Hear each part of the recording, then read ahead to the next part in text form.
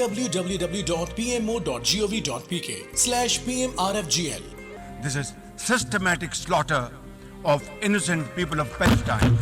We must act now and demand an immediate end to this bloodshed.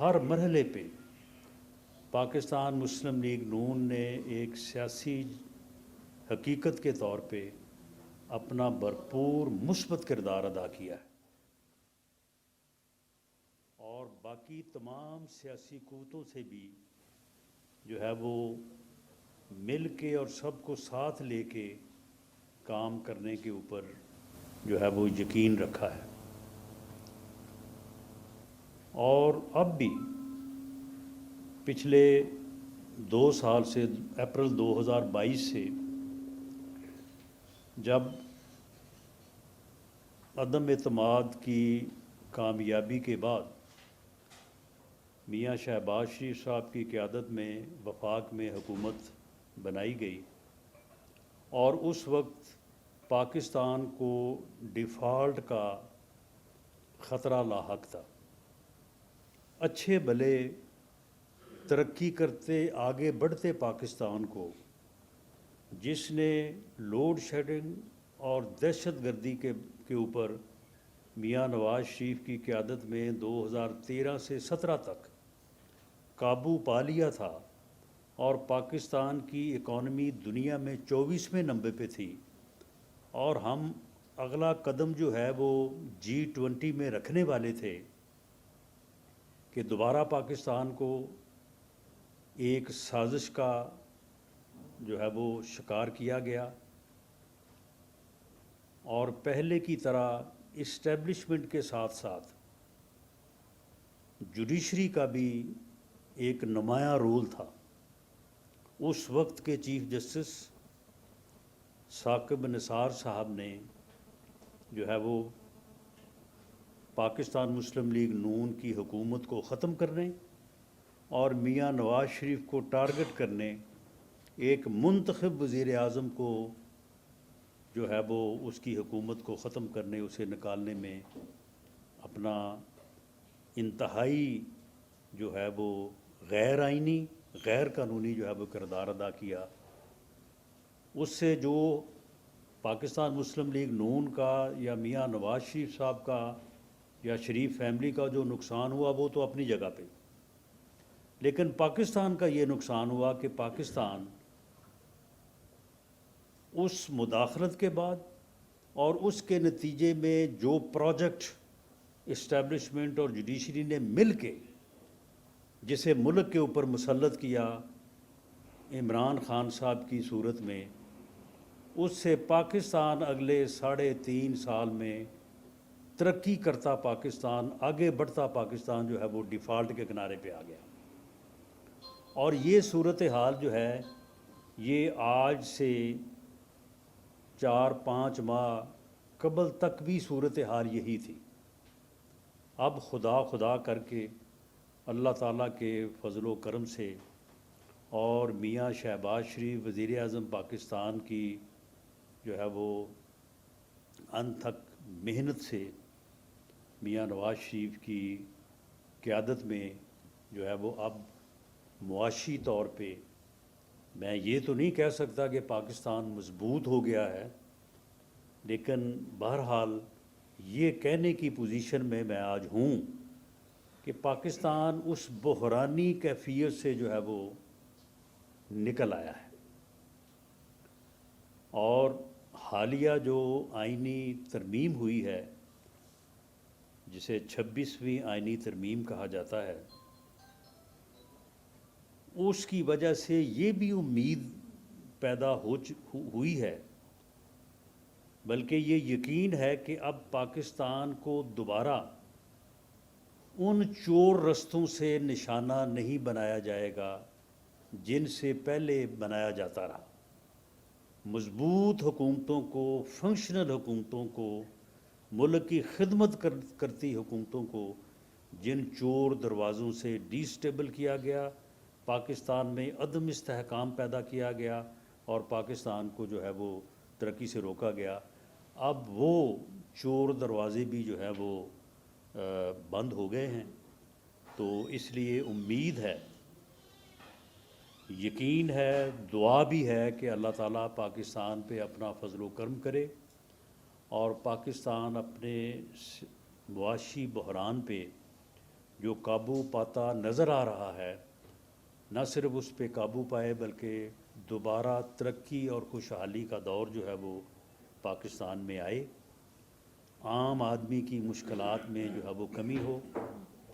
جس طرح سے پنجاب حکومت یہ شاید پہلی مرتبہ ہے، اس سے پہلے بھی 10 سال میں دی دین چیف منسٹر میاں شہباز شریف پنجاب میں ترقی اور خوشحالی کا ایک بہت ہی اچھا دور جو ہے وہ مسلم لیگ نون نے خدمت کی، لیکن شاید یہ پہلی مرتبہ ہے کہ عام آدمی کی ضروریات کو، عام آدمی، معذور، مریض، غریب آدمی جس کے پاس چھت نہیں ہے، وہ طالب علم جس کے پاس فیس نہیں ہے، جو اپنے تعلیمی اخراجات برداشت نہیں کر سکتا، وہ خاتون جو اپنا گزرے اوقات کے لیے اپنے گھر کے خرچ اخراجات کے لیے جو ہے وہ سبزی کی قیمتوں سے پریشان ہے، عام آدمی جو ہے وہ سستی روٹی کے حصول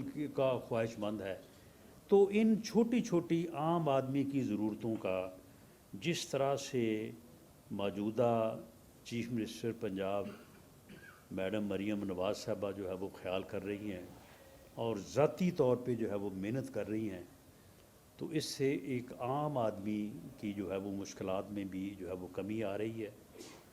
باقی جو بڑے ترقیاتی منصوبے ہیں ان کے اوپر بھی جو ہے وہ کام ہو رہا ہے، تو ہمارا یہ دعویٰ ہے کہ انشاءاللہ تعالی اب جو وقت پاکستان مسلم لیگ نون کو ملے گا، اور امید ہے کہ اس میں وہ ریشہ دوانیاں اور سازشیں جو ہیں وہ سر نہیں اٹھا سکیں گی، تو انشاءاللہ تعالی پاکستان نہ صرف اپنے معاشی بحران پہ قابو پائے گا،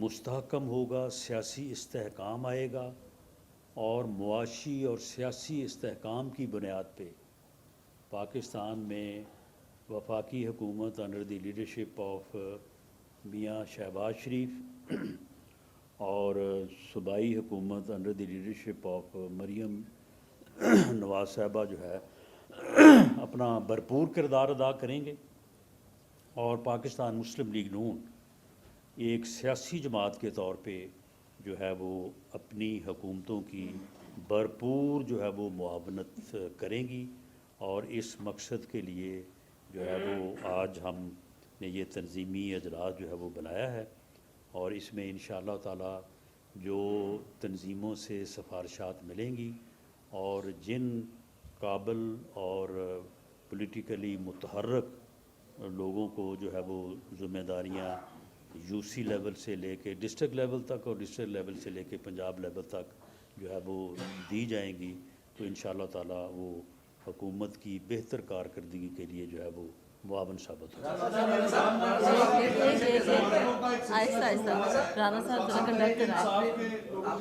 جی، آپ نے ایک ایسے وقت میں ایک نقشے کا اظہار کیا جب حکومت اپنے تمام تر آئینی اور پارلیمانی سارے معاملات کو شروعی سے طے کر رہی ہے، 26ویں آئینی ترمیم ایک اکثریت کے ساتھ پاس ہو گئی ہے، کوئی خدشہ ہے کسی سازش یا ریشہ دوانیوں کا جس کا ذکر آج آپ پریس کانفرنس میں کر رہے ہیں؟